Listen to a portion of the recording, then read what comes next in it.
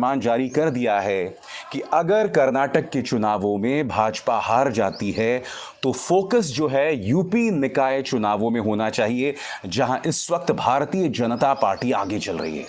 अब आप खुद बताइए दोस्तों, कर्नाटक के चुनाव और यूपी के निकाय चुनाव में क्या तब और 133-34 का आंकड़ा हम लोगों को कांग्रेस का स्क्रीन पर इस समय दिखाई दे रहा है। मयंक आएंगे, लेकिन सर आपसे एक छोटा सवाल कि क्या इस जीत का 2024 में बीजेपी इस जीत से डिमोरलाइज होगी और कांग्रेस को इससे इससे एक ऊर्जा मिलेगी कि हमने कर्नाटक जीत लिया है तो 2024 में भी हम कर सकते हैं, ऐसा कुछ दिखाई देता है क्या आपको? या फिर ये एक राज्य चीज का तो चुनाव अलग है और केंद्र का प्रधानमंत्री चुनने का कर्नाटका अलग के है? चुनाव से केवल इसका मतलब नहीं निकाला। केपी सर ने कहा अभी कि 2015 के बाद लोग समझ गए थे, जो देश के बौद्धिक लोग थे, कि मोदी क्या है।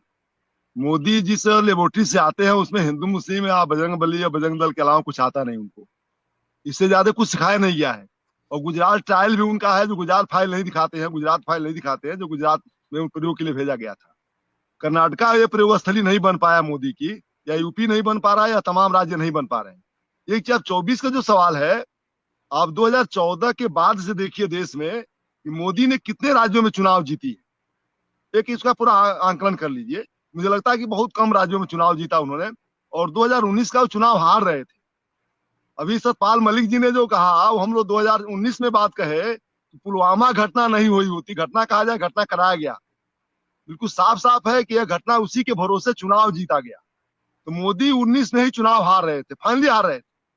और आपको 2 साल 4 साल बाद ये पता चलेगा कि वाकई चुनाव हार रहे थे।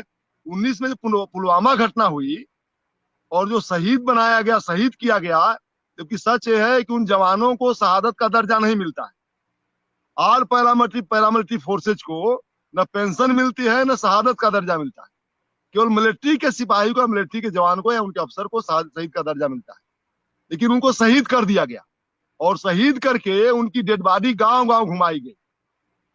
और इसके नाते मोदी चुनाव जीते। 19 में हार रहे थे, क्योंकि 18 में ही राजस्थान, पंजाब, राजस्थान, छत्तीसगढ़ और मध्य प्रदेश हार चुके थे। उन्हीं के नेतृत्व में चुनाव हुआ था। तो वो 24 में तो चुनाव हार रहे हैं।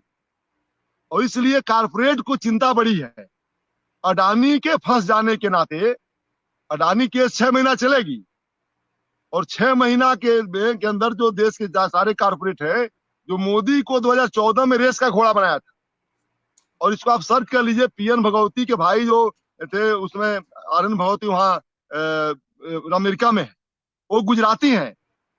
और जो उन्होंने बाकायदे जो रणनीति तैयार की अमेरिका में, और फोर्ड फाउंडेशन, अरविंद केजरीवाल भी शामिल हैं, फोर्ड फाउंडेशन और रॉकफेलर ने जो भूमिका निभाई यहाँ 2012 के आंदोलन में।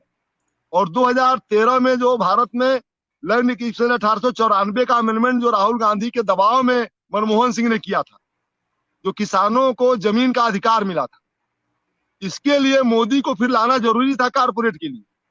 और इसलिए सारे और अनिल अंबानी का, मुकेश अंबानी का कर लो दुनिया मुट्ठी में, तो सूचनाओं को रोकने के लिए कैसे सारे चैनलों खरीदा गया।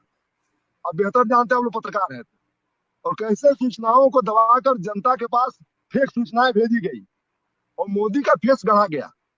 और कैसे टाटा ने पहली बार नैनो को गुजरात में जमीन, जो कृषि एग्रीकल्चर यूनिवर्सिटी की जमीन जो 2000 एकड़ दिया मोदी ने, तो पहली बार विकास पुरुष 2012 में टाटा ने कहा था, मोदी को विकास पुरुष कहा था। ये खेल तो वहां था, और गुजरात मॉडल तय हुआ। ये सारी चीज कारपोरेट ने कहा था। और जिन लोगों ने कहा, अंबानी और अडानी और फिक्की और चेंबर्स ऑफ कॉमर्स के लोगों ने, ताल कटोरा स्टेडियम में 2013 के लास्ट में, 14 के चुनाव से पहले अकेले मोदी मौजूद थे, और अडानी के हेलीकॉप्टर से ले जाया गया था उनको। ये घटना सब देखिए उसको। और फिक्की और चेंबर्स ऑफ कॉमर्स के लोग बैठे थे उसमें। एक भी आरएसएस या बीजेपी का कोई वर्कर नहीं बैठा था। और तय किया गया, आरएसएस ने बहुत पैसा लिया। आपने कहा कि जो सारे पूरे देश में जिला कार्यालय भाजपा के लोग एक कमरे में बैठते थे, करके मैं देख रहा हूं उनको 1980 से। और वो इस समय 5 सितारा होटल में बैठ रहे हैं। हर जिले में 2.5 3 करोड़ कार्यालय बने हुए हैं। और दीनदयाल उपाध्याय मार्ग पर 1400 करोड़ की जो बिल्डिंग बनी हुई है, 5 सितारा होटल से बेहतर है। ये सारे पैसे कारपोरेट ने दिया आरएसएस को, और मोदी को प्रधानमंत्री घोषित किया। ये कारपोरेट ने खेल किया। जगदीश नारायण भगवती नाम उनका, उस समय गार्ड के चेयरमैन थे अमेरिका में। और इस समय जो उसके बाद उस समय जब ये घटना हुई और मोदी को लाया गया था, उस समय वो विश्व बैंक के एडवाइजर थे अमेरिका की तरफ, और WTO के एडवाइजर थे जैन भगवती। इन लोगों ने जो खेल किया, इसीलिए जो 14 में औरा गढ़ा गया था उनका, 15 में मलिक साहब का मोह भंग हो गया, क्योंकि सच्चाई वो थी नहीं जो दिख रही थी।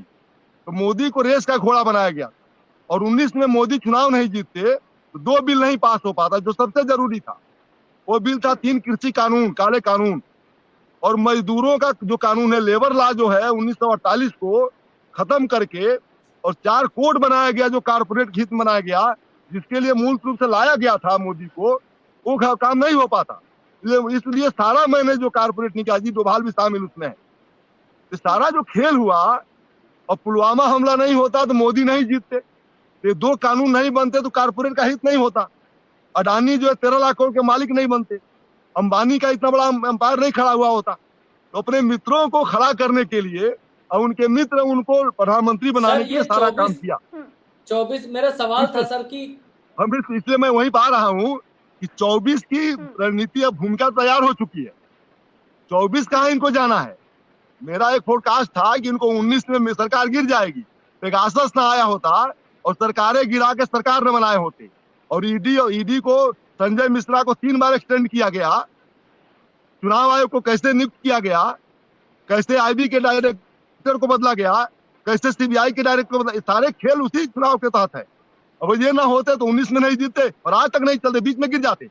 इसलिए बाइफरकेशन जो पैदा हुआ, अंदर जो पैदा हुआ है, वो राजनाथ सिंह भी है, गडकरी भी है, सतपाल मलिक साहब कह ही रहे हैं, तो सतपाल मलिक साहब झूठ तो बोल नहीं रहे हैं, वो तो बिल्कुल सच कह रहे हैं। 24 में तो किसी भी हालत में बीजेपी को नहीं आना है, ये दावे के साथ मैं कह रहा हूँ। और विपक्षी पार्टियों का जो एका होना, जो असमंजस था, कर्नाटका ने उसको क्लियर कर दिया कि नहीं, अब सबको एक साथ होकर के आ जाना चाहिए। उनका जो भ्रम दूर हो गया कि मोदी का औरा बचा हुआ है, इसलिए सब इकट्ठा होंगे। और बीजेपी मोदी जो है कुछ दिन के लिए, भारतीय जनता पार्टी कुछ दिनों के लिए बहुत दूर चली जाएगी सत्ता से, वो नजदीक नहीं रहेगी, क्योंकि बहुत दिन लोगों ने इनको भुगत लिया है। और पहले लोग जानते ही थे कि फ्रस्ट्रेटेड लोग जो 1925 में बनी, और 1947 में फ्रस्ट्रेशन में गांधी की हत्या किया इन लोगों ने, और ये लोग 75 साल बाद बहुमत की सरकार बना लिया, और उसके बाद इन लोगों ने कहा कि मेरी सरकार है। आपको याद होगा मलिक साहब कि 38 पार्टियों की मिला के सरकार बनाई थी। 2014 के चुनाव में 28 पार्टियां लड़ी थी मिल करके, और 19 के चुनाव में 38 पार्टियां लड़ी थी, सर सबको किनारे 24 कर दिया, सबको 24 चबा गए। 24 में कैसा देख रहे हैं, जीत की टॉनिक का असर कांग्रेस पर 24 तक रहेगा, कोई फायदा करेगी कि या फिर ये राज्य नहीं की नहीं, जीत है? सर कांग्रेस तो सवाल इस ये समय है। बिल्कुल, देखिए देखिए, कांग्रेस, एक बात मैं आपको बता दूं, बहुत साफ साफ बता दूं, ये कहना नहीं चाहिए इस चैनल पर, सोनिया गांधी को, राहुल गांधी को जिस तरह से प्रताड़ित किया है नेहरू परिवार को ये मोदी ने, और RSS के मतलब जो घोर दुश्मन रहे हैं वो नेहरू रहे हैं, तो नेहरू परिवार इस बात को नहीं भूल सकता है, और इसका खामियाजा मोदी को भुगतना पड़ेगा, मैं दावे के साथ कह रहा हूँ।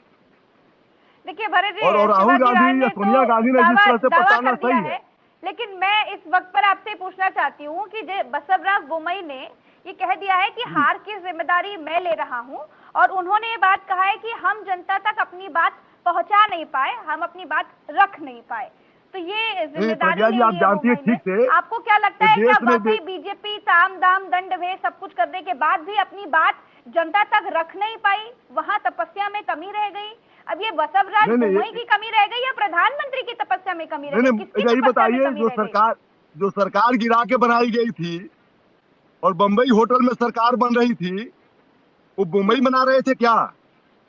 ये मुंबई जो है, मुंबई तो वो जो है उन्हीं के तो लड़के हैं ना जो जनता दल के मुख्यमंत्री थे, उनका क्या वजूद वहां पर है? सरकार बनाने बिगाड़ने में सब जानते हैं, दुनिया जानती है।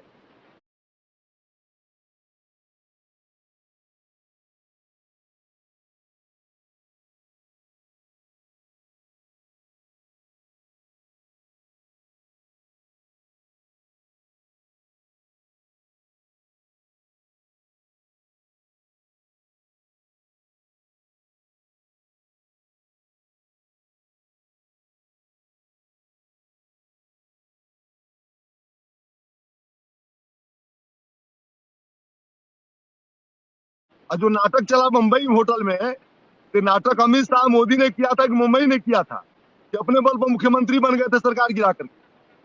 अब कहे फडणवीस कह दे और शिंदे कह दे मैंने महाराष्ट्र में सरकार बना लिया था, इसलिए मैं जिम्मा लेता हूँ। ये कोई जिम्मा लेने की हैसियत किसी की देश में भारतीय जनता पार्टी के नेता की नहीं है। मोदी जिसको जिम्मा दे देंगे, दोषी बना दे या जिम्मा दे दें, ये सब सरेंडर किए हुए लोग थे पहले से ही, इसलिए इसका कोई असर नहीं है। भाषण लोग सुन रहे थे तो मोदी का सुन रहे थे, हम लोग तो मुंबई का भाषण भी नहीं आ पा रहा था। मोदी का भाषण तो यूपी में भी आ रहा था, बिहार पूरे देश में जा रहा था, इंटरनेशनल मीडिया उसको कवर कर रही थी, और सब लोग जानते हैं कि जो 18 मीटिंग रैलियां किया, और एक एक शहर में 2 बार 3 बार रोड शो करते हैं मोदी। तो 3 बार रोड शो करने का मतलब मुंबई ठिका ले लेंगे क्या? कबूलनामे पर मुस्कुरा रहे हैं केपी सर, मुंबई कबूल कर बिल्कुल रहे ठीक हैं, मुस्कुराना हमारी वजह से हारे हैं। देखिए अभी प्रज्ञा जी, ये बकरे की तरह से गर्दन आगे कटाने के लिए तैयार है, उसको कुछ मिलना नहीं है। अभी जो है शिवाजी ने, गर्दन भले कटा ले जी, इनको कुछ नहीं मिलना। शिवाजी राव जी ने अभी कहा था कि देखिए सेना में कुछ लोगों को शहीद का दर्जा नहीं मिलता, फिर भी दिया गया था। तो भारतीय जनता पार्टी में भी तो शहीदों की सूची है ना, तो ऐसा जो मुंबई साहब हैं, मुंबई साहब को शहीद का दर्जा दिया जाएगा इनको, और दर्जा देने के बाद में इनको फिर कुछ मलाई वलाई केंद्र में या वहां कर्नाटक में इनको कुछ मलाई वलाई दी जाएगी उसकी। तो शहीद तो हो पहले, तो शहीद तो होना ही पड़ेगा। हमने बताया ना कि देखिए हार गए हैं तो किसी न किसी को शहीद होना पड़ेगा। अब यहाँ ये शहीद